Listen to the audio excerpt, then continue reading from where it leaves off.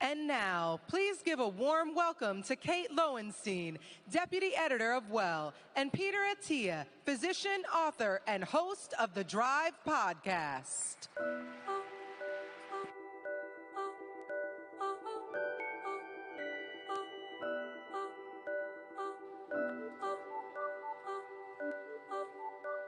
Hi, everybody. Hello. Hi, Peter. Thanks for joining us. Let me introduce you. If you have heard or maybe even spoken the word health span over the last several years, chances are you can credit Peter Attia with having put it into the zeitgeist. Peter is a doctor, a podcaster, and the author of the book Outlive, which has spent coming up on 100 weeks on the New York Times bestseller list. His work focuses on the ways we can maximize our vitality, our cognitive health, our physical strength well into older age. And on his podcast and in his book, he takes issue with the medical establishment, arguing that there are far more proactive ways that we should be optimizing our health and preventing disease. So Peter, thank you for joining us. I'm so excited to talk to you about all of these things today. And I thought we could start by asking you, what have you been up to today? You are out of your routine, you're away from home. Did you skip your workout and eat a bagel? I did not skip my workout, but I did eat a bagel. Oh, good. I hope you ate a good one. All right. Are there bad bagels in New York? Not very many, but a few. So you're true to your brand. You did your workout. Will you tell us a little bit about what your typical regimen is, what kind of workouts you're doing, and what they look like? To be honest with you, I was telling someone the other day, I have been phoning in my workouts for the past year. Most of my attention has really been focused on work and family, and so by my standards, at least, I think the workouts have come down a lot in intensity and just mind share. So I still, probably by most people's standards, work out sufficiently. So 3 days a week I do resistance training, and 4 days a week I do cardio training. Okay, 3 days a week resistance and 4 days cardio. That does sound somewhat reasonable, although if I'm adding up correctly, that's 7 days a week of exercising. Well, just some context here first for the audience. You are training for something. You are training for the final decade of your life, which is hopefully 40 or so years from now. Tell us about that. Yeah, I think there's a model we use with our patients, which is this idea of a marginal decade. So everybody is going to have a final decade in their life. And we don't really want to think about it, but unfortunately it is inevitable. And again, we hope that it's far enough in the future. You don't really know the day you enter that marginal decade, but most people know it when they're really into it. And, you know, it occurred to me 7 years ago that the best way to have, or at least the way to increase the probability of enjoying that decade as much as possible was to be very deliberate about how you would prepare for it. And the only way to be deliberate about something is to focus on it and not just sort of assume it's going to work out. And so taking that step further, it occurred to me that, well, athletes are really the best example of doing this because everything they do is very specific. They don't do things accidentally. They don't just exercise for the sake of kinetics. And that's why athletes of all different sports are very different in how they train. So a soccer player and a baseball player and a marathon runner and a cross-country skier, they have very different training. And so this idea of having something I call the centenarian decathlon, which of course is neither a decathlon nor something exclusively for centenarians, is this model of coming up with the 10 most important things you want to do in the last decade of your life, physically. And of course, you have to be very specific in how you define these things. And there can be many more things that you want to do than 10 things, but you pick the 10 hardest things that you want to be able to do. and then you start training for those now. Will you tell us what's on your list of 10 things? Sure. I mean, I want to be able to drive a race car still. Paul Newman was famously able to drive a race car. He was driving at Lime Rock until about 6 months before his death. To me, that would be very exciting. I still want to be able to shoot a bow and arrow, obviously not at the same poundage that I do today. I want to be able to sit on the floor and play with children. And by the way, that sounds really easy. That's actually really hard to sit on the floor when you get into your 80s. And I also want to be able to stand up on my own, having done so. I want to have no restrictions on my ability to walk, including on uneven surfaces.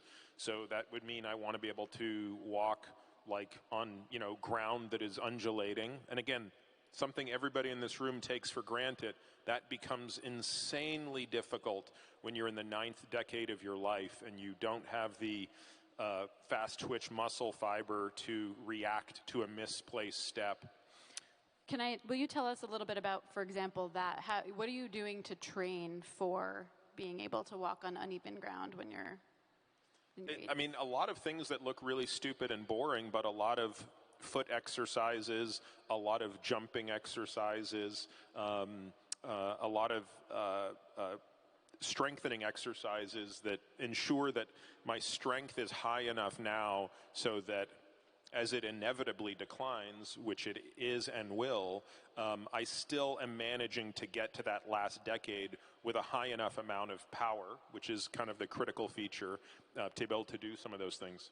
And tell us just a little bit more about what this looks like with your patients. So for the patients who are not archers or race car drivers, what kinds of things are they training for and how are they training? First of all, I only take care of archery race car drivers, so it doesn't really matter. No. And shepherds. Shepherds, yeah. So, we have a really long survey that we take the patients through so that they can sort of pick their own events. But, for some people, being able to have sex is really important. Now, again, sort of embedded within mine is being able to have sex, because if you can do the things I'm describing, presumably you can also have sex. Being able to live alone and care for oneself. So being able to go to the grocery store, walk around, get your groceries, put them in a cart, get them to your car, drive home, carry the groceries in, unpack them, all of that sort of stuff.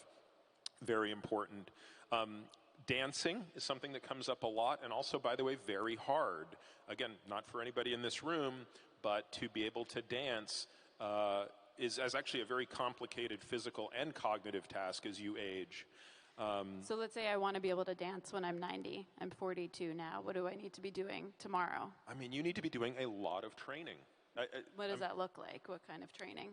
You have to be training every system of your body, right? You have to be doing a lot of work with your eyes shut to maintain balance, and a lot of work.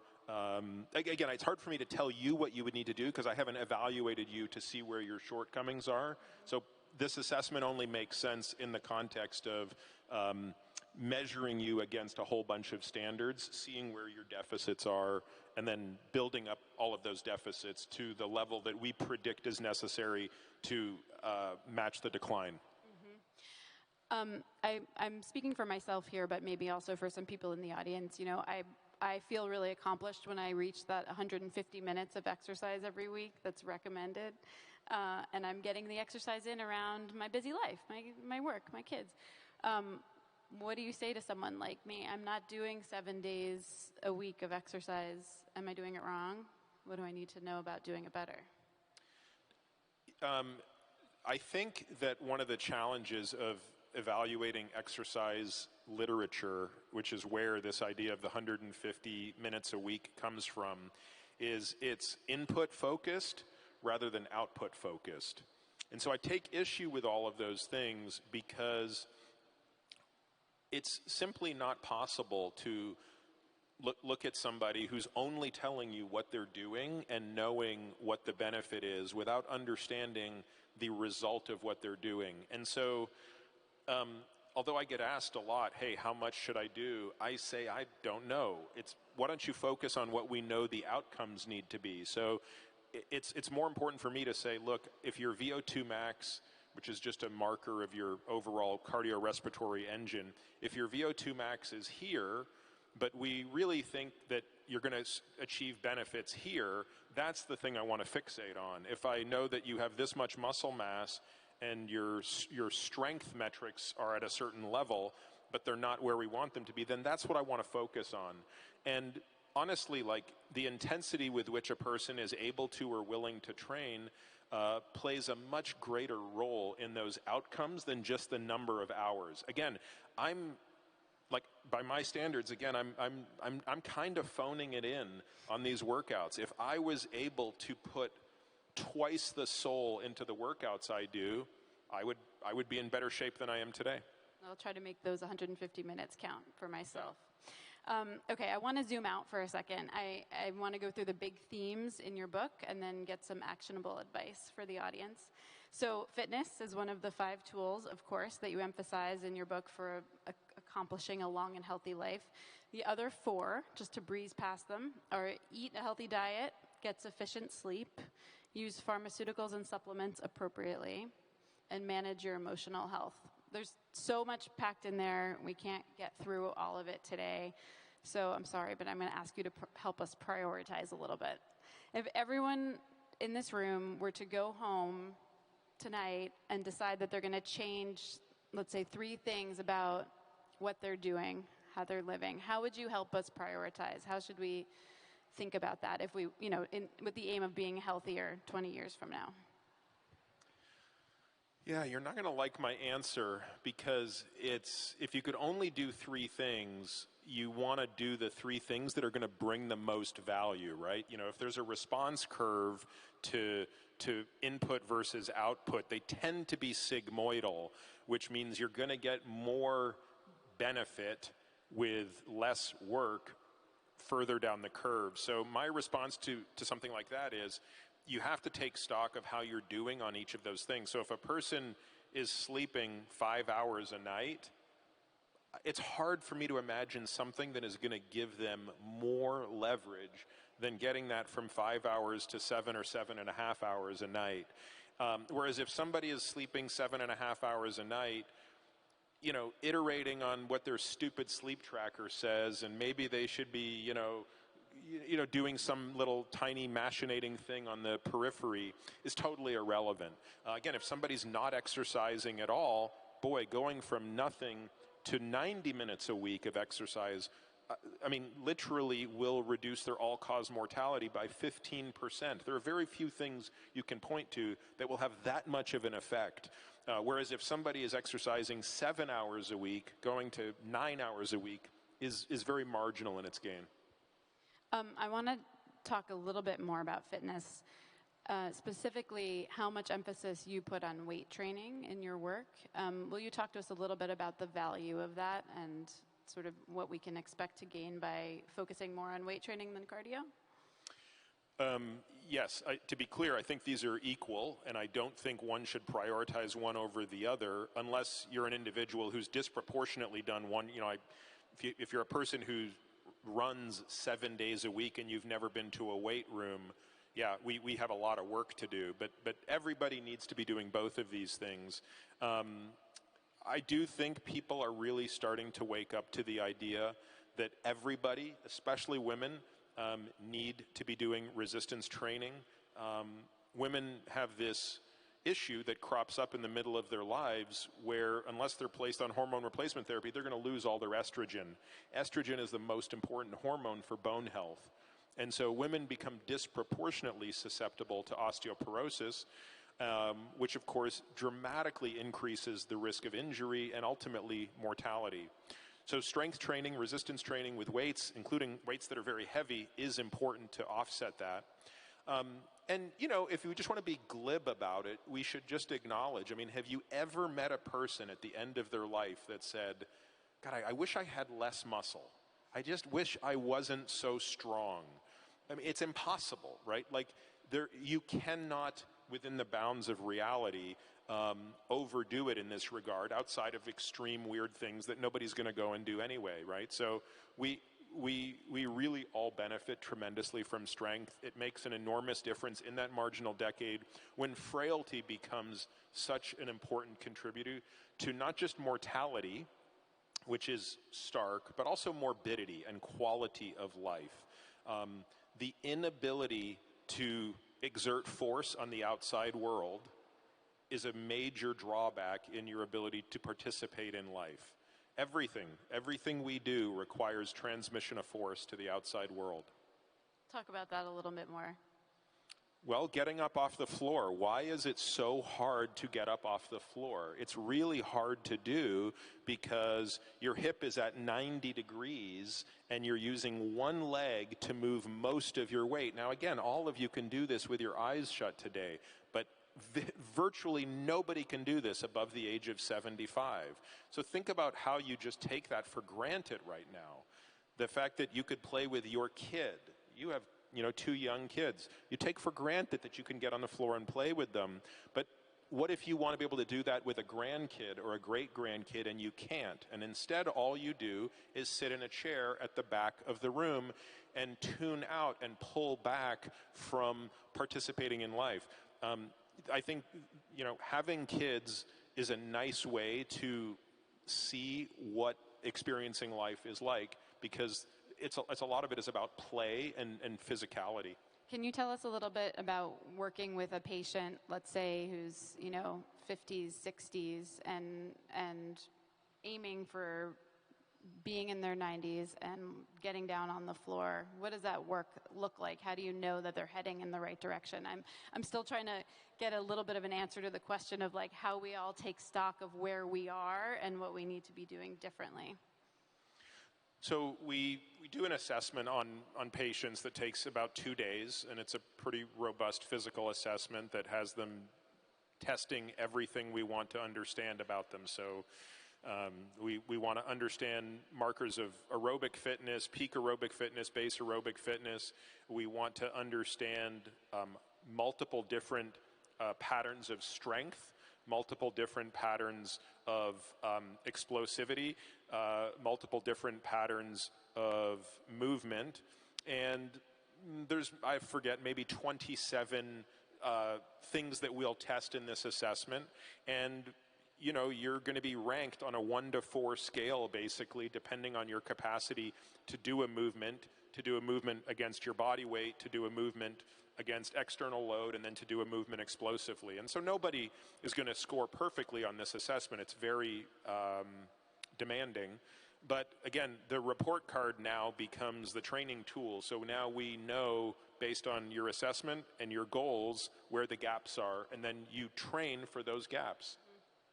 Okay, so I'm still trying to picture it. I go home tonight. I'm like, okay, I'm not getting enough sleep. That's a place I need to work. Can you help me think through some of the other big themes in your book, how I would think through where to focus, where my gains need to be? I think, look, the first clue that maybe a person is not in an optimal nutrition state would come from something like a DEXA scan, which will tell you how much body fat you have. Now, you don't need to go and spend $100 on a DEXA scan. You could take a measurement of your waist relative to your height. Something relatively simple and crude can be pretty predictive if you have too much body fat. And so, I think that would give you a sense of you're in the what I call overnourished category. So if you're in the overnourished category, you need to consume fewer calories. And if you're going to consume fewer calories, there are only a handful of strategies that you can employ to do that, all of which are really viable. And it's really kind of just about picking the one that makes the most sense for the person. So, one way to restrict calories is to very deliberately go out and focus on every meal, kind of counting calories and tracking things. Of course, GLP-1 agonists also help with that, right? They globally help you reduce calorie intake. Another way to do it is just restrict the time in which you eat and say, okay, I'm going to only eat during a 6-hour window, and that's going to help me reduce the total calories. And then a final way to do it is called dietary restriction, where you start restricting elements within the diet, and the more and more restrictive the diet becomes, then the more you're going to restrict overall calories and energy intake. Wait, I just want to recap for a second. Sorry. So it's time-restricted eating, which is like intermittent fasting. A restrictive diet meaning Calorie restriction. Calorie restriction meaning like you're literally looking at what goes in and what goes you're out. trying to track calories. And then dietary restriction, which would be like, that's what, when most people think of dieting, they're actually thinking of dietary restriction. So I'm going on a low-carb diet, I'm going on a paleo diet, I'm going on a vegan diet, whatever sort of diet. The more extreme the diet, the more you tend to restrict calories. And you're saying you're agnostic about which one of those is the best one to do? I think every one of them has significant drawbacks that need to be mitigated, and every one of them can work. And so you're toggling between, am I able to mitigate the drawbacks of this particular approach, and do I find this sustainable enough that I could get into an equilibrium here? Interesting. Okay. I want to switch gears a little bit, although this connects into what we've been talking about. And I wanted to ask you about how you use scientific evidence in your work. So at the Times, when we report on topics of health, we are looking for scientific consensus. We're trying to convey the scientific consensus on a given subject. Your recommendations sometimes depart from that consensus, which has been true for protein recommendations, for instance, among other things. Can you tell us how you decide when and how much to depart from the prevailing thinking on a given subject? Yeah.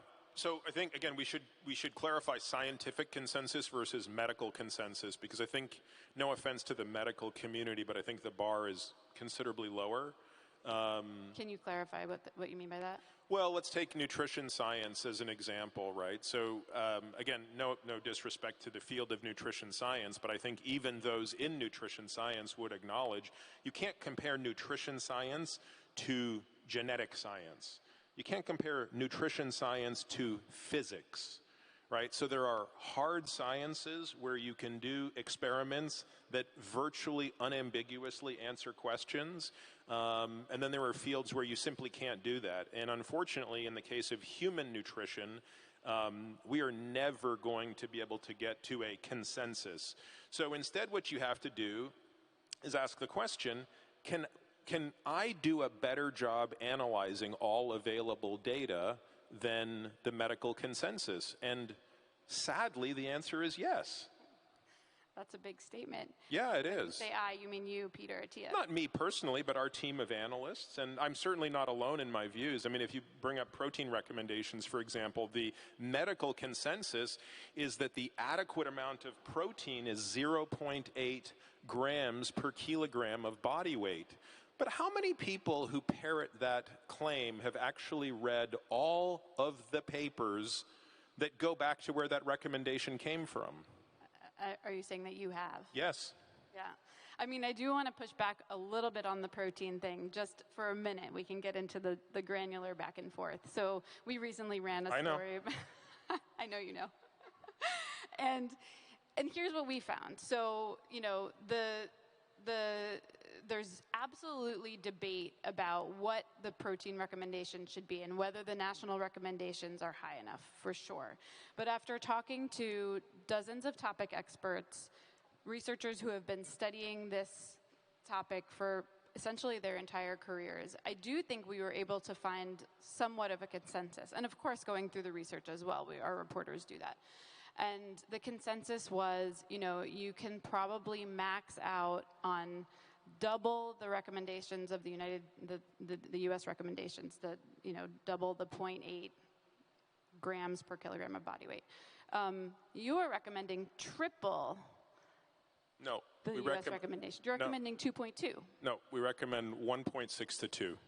Okay, so maybe we can see between the. But it's really interesting. So where is the evidence that suggests that consuming 3 grams per kilo leads to kidney disease in a person with normal kidneys? That's one of the most cited claims in this space. And you've been unable to find the study. I'm still waiting for the studies that prove it. Yeah.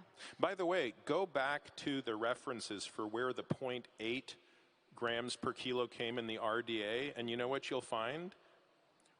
what are those little the Russian dolls? Yeah. You'll find a Russian doll. Nesting dolls. Just a little nested doll. Yeah. It's John referenced Sandy, Sandy referenced Billy, Billy referenced Bobby, Bobby referenced Jeffrey, and Jeffrey pulled it out of his ass. That happens with research. You It's think they'll a raise damn the shame. recommendations? Yeah, it's a damn shame. Okay, we have so little time left. Oh my God, we have so little time left. I want to talk about one other thing before we go to audience questions.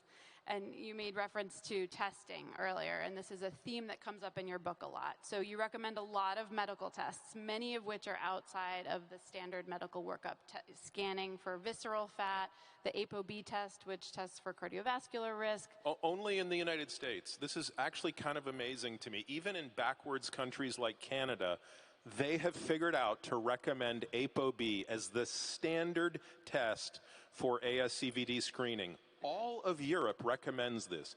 Only the United States is the only OECD country that hasn't figured out the benefit of ApoB in its complete and utter superiority over LDL cholesterol. Do you think the recommendations are ever going to change? Yeah, they will in time. Science progresses one funeral at a time. Okay, wait, I really wanted to ask you though, so what are the I know you hate these questions, but what are the non-negotiable tests? So, you know, which ones should we absolutely be getting? You list so many in your book. I think everybody should know their Lp(a), their ApoB. I think if there's any confusion about a person's, if they're just unclear about their metabolic health, if it's not patently clear that they're metabolically healthy, I think an oral glucose tolerance test should absolutely be the gold standard. The hemoglobin A1C test, while reasonable for trends, is so often wrong in the diagnosis of diabetes. So instead of the A1C, you need the oral glucose tolerance test. Oral glucose tolerance test. Okay, but walk me through this on a practical level. So you have a private clinic. It costs $60,000 to be a member of your clinic. The people at your clinic are getting tests and lots of follow-up and guidance with what to do with those test results. And anyone can order an oral glucose tolerance test, an ApoB and an Lp(a). Okay, but getting the sort of the follow-up and the guidance and having the faith that your primary care doctor, who you see once a year for 20 minutes, is going to have the right insight to tell you how to interpret those tests and what to do next. I'm just curious, tell us practically, how are we supposed to do that? How are we supposed to go about that process? Well, I mean, I think, you know, if it comes to medications, you do need a physician if you're going to need to be prescribed a medication. But we produce, I don't know, 4 hours of free content a week that has explained everything you've just asked. So it's okay that you haven't seen it.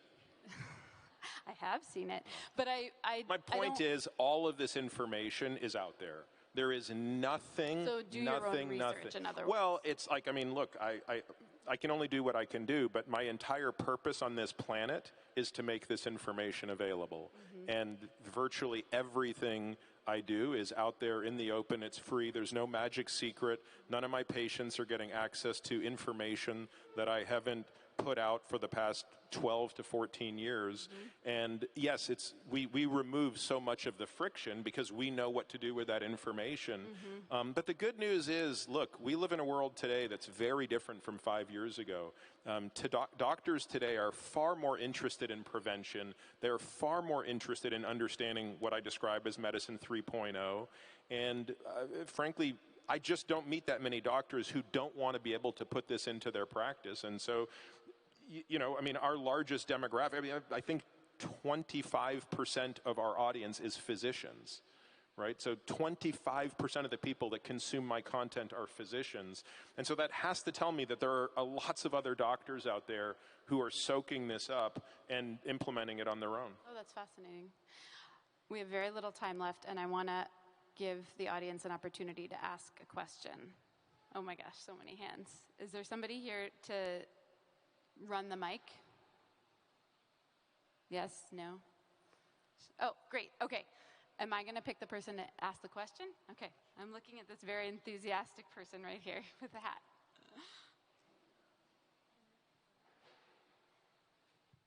Hey, so glad to be here. Nice to see you, Peter. The 27 tests that assess all these things that you've been speaking about, Is that available like on your website? You can find those 27 specific tests? I don't think so. I think that because it's evolved so much from when we last put that kind of content out there, truthfully, it's constantly evolving. I would say the most important versions of those tests are probably in my book. And there are probably bits and pieces of it throughout all of the podcasts, but yeah, I don't know if it's in one place. Even the last place I know it would have been, which would have been a course we released a few years ago, I know it's even changed since there. I think we can do one more. In the back in front of the screen, waving your hand. Yeah, you. Hi, Dr. Attia. Hi. I've learned so much from your podcast. So I do have a question. It's about ApoB. You stated that the good level of ApoB is for you is around 50 or below. So I actually got mine tested. The first time it was 90. And my question is, say for an individual like me with all other healthy metabolic markers, what is the healthy range of ApoB for someone like me, who's I exercise, I sleep well, yeah. Yeah, it's tough to say. I mean, truthfully, I don't think I can really answer without knowing a bit more about you. But the question is also a bit of a philosophical question because there's no level of ApoB that is quote unquote good for you, right? So ApoB is not like one of those inverted U-shaped things where it's got the Goldilocks principle going for it, where you don't want too much and you don't want too little. And, you know, most things in the body actually do exist in that sort of state. But it turns out ApoB is not one of them, right? So less is always better. So when we're born, we're all born with a very low level of ApoB, probably 20 to 30 milligrams per deciliter. And as we get older, it just goes up and up and up. Genes play an enormous role in that. Diet also plays a role in that. And then once women go through menopause, they get another big bump, again, due to estrogen withdrawal. And what we know from Peter Libby, who's, I would argue, the world's authority on this topic, but again, all of the data point to the same conclusion, the Mendelian randomizations, every one of the clinical trials, and including the observational cohort studies, that once ApoB gets to a level of about 30 milligrams per deciliter, it's virtually impossible to develop cardiovascular disease, right? So an ApoB of 30 milligrams per deciliter or less is incompatible with the formation of an atheroma, which is the event that's necessary to kick off the immune response to do this. So anyway, I'll wrap up now, but that's the best answer I can give you. That's a big sell for ApoB. All right, everyone get their ApoB tested. Thank you so much, Peter. This has been great. Thank you.